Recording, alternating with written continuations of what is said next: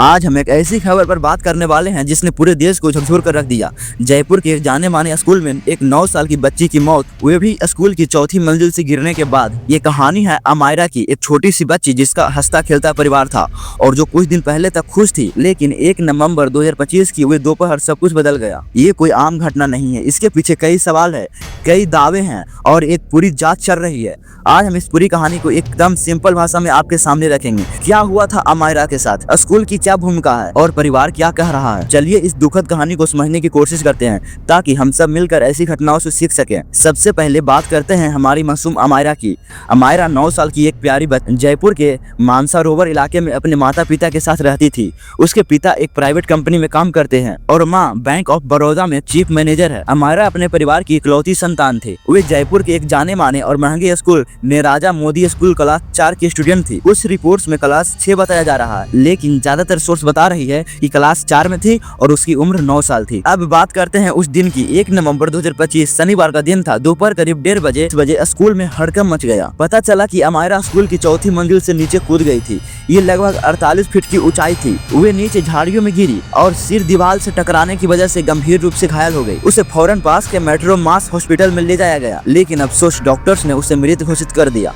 उसका postmortem Jaipuria hospital में हुआ, जिसकी रिपोर्ट का अभी इंतजार है। इस मामले में स्कूल ने एक 10 सेकंड का सीसीटीवी फुटेज जारी किया। आइए देखते हैं कि इससे क्या पता चलता है। फुटेज के मुताबिक अमायरा पहले बाथरूम जाती है और फिर सीढ़ियों से चौथी मंजिल पर पहुंचती है। वहां वे रेलिंग पर चढ़ती है, कुछ पल बैठती है जैसे कुछ सोच रही हो और फिर कूद जाती है। फुटेज में उसके पीछे 2 और स्टूडेंट भी सीढ़ियां चढ़ते दिख रहे हैं, लेकिन वे कुछ करते नहीं है।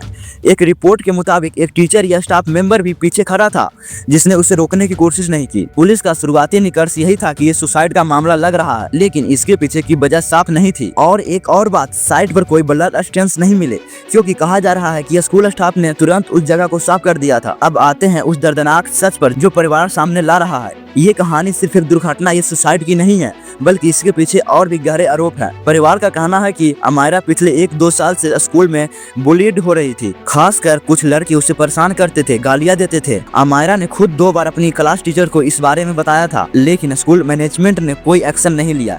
ये बात एक टीचर ने भी कंफर्म की है कि क्लास में अब्यूज लैंग्वेज का इस्तेमाल होता है। कुछ रिपोर्ट्स ये भी बताती है कि अमायरा टीचर के बर्ताव से परेशान थी। हाँ, शायद उस दिन माँ ने घर पर उसे छोटी सी बात पर डांटा था, लेकिन परिवार का कहना है कि वे बिल्कुल खुश थी। 10 दिन पहले ही उसे स्कूल में एक अवार्ड मिला था और यहीं से शुरू होता है स्कूल कवर अप का आरोप। पिता विजय कुमार मीना ने FIR दर्ज कराई। उन्होंने स्कूल पर संदिग्ध परिस्थितियों में मौत और घटना की जानकारी देने में देरी और सबूत मिटाने का आरोप लगाया। आरोप है कि अमायरा की चीख सुनने के बाद भी स्कूल स्टाफ ने मदद पहुंचाने में देरी की और सबसे गंभीर बात, पुलिस के आने से पहले ही उन्होंने उस जगह को धोकर साफ कर दिया जहां अमायरा गिरी थी। और तो और प्रिंसिपल पूनम दावे, जो घटना के बाद स्कूल में थी, उन्होंने जांच टीम को अंदर जाने से रोका। कुछ एक्स ट्विटर पोस्ट में भी ये भी दावा किया जा रहा है जो सीसीटीवी फुटेज जारी किया है वे क्रॉप्ड लग रहा है, यानी पूरी सीन नहीं दिखाया गया है। इस पूरे मामले में स्कूल का रवैया काफी रहस्यमय रहा। स्कूल की तरफ से कोई ऑफिशियल स्टेटमेंट नहीं आया, प्रिंसिपल ने जांच टीम को सहयोग नहीं किया और एजुकेशन डिपार्टमेंट के अधिकारियों को भी गेट पर ही इंतजार करना पड़ा। लेकिन सोशल मीडिया पर, खासकर एक्स ट्विटर पर जस्टिस फॉर अमायरा ट्रेंड कर रहा है। लोग स्कूल को इन्फ्लुएंशियल बता रहे हैं और कवर अप का आरोप लगा रहे हैं। कई पेरेंट एसोसिएशन ने भी स्कूल मैनेजमेंट के खिलाफ आवाज उठाई। उनका कहना है कि ये एक क्रिमिनल एक्ट है। तो अब जांच कहां तक पहुंची? पुलिस DCP बेस्ट और मानसरोवर SHO लखन खटना की अगुवाई में जांच कर रही है। सीसीटीवी फुटेज और फोरेंसिक सैंपल कलेक्ट कर लिए गए हैं। पोस्टमार्टम रिपोर्ट का इंतजार है। FIR मिस्ट्री मौत के तहत स्कूल के एडमिनिस्ट्रेशन के खिलाफ दर्ज हुई है। राजस्थान सरकार ने भी इस मामले की जाँच के लिए 5 मेंबर की एक कमेटी बनाई, जो स्कूल की सेफ्टी, स्टाफ के बर्ताव, बुलिंग और बच्चों के मेंटल स्ट्रेस जैसे पहलुओं की जाँच कर रही है। ये रिपोर्ट जल्द ही सबमिट होने वाली है। CBSE ने भी अपनी अलग टीम जयपुर भेजी है। मंत्री मदन दिलवाल ने कहा है कि अगर कोई भी दोषी पाया गया तो उसे सख्त कार्रवाई होगी। ये मामला कई बड़े सवाल खड़े करता है। क्या 9 साल का बच्चा वाकई सुसाइड कर सकता है या फिर वे स्कूल जाने से डरता था, जैसे कि कुछ रिपोर्ट्स में कहा जा रहा है? प्राइवेट स्कूलों में बढ़ता प्रेशर, बच्चों पर बुलिंग का असर और उनकी सेफ्टी को लेकर सवाल, ये सब बहुत जरूरी मुद्दे हैं जिन पर हमें ध्यान देना होगा। अमायरा की मौत एक दुखद घटना है, लेकिन उम्मीद है कि इस जांच से सच सामने आएगा और भविष्य में ऐसी घटनाओं को रोकने में मदद मिलेगी। तो दोस्तों, ये थी जयपुर के नीरज मोदी स्कूल में अमायरा की मौत से जुड़ी पूरी कहानी।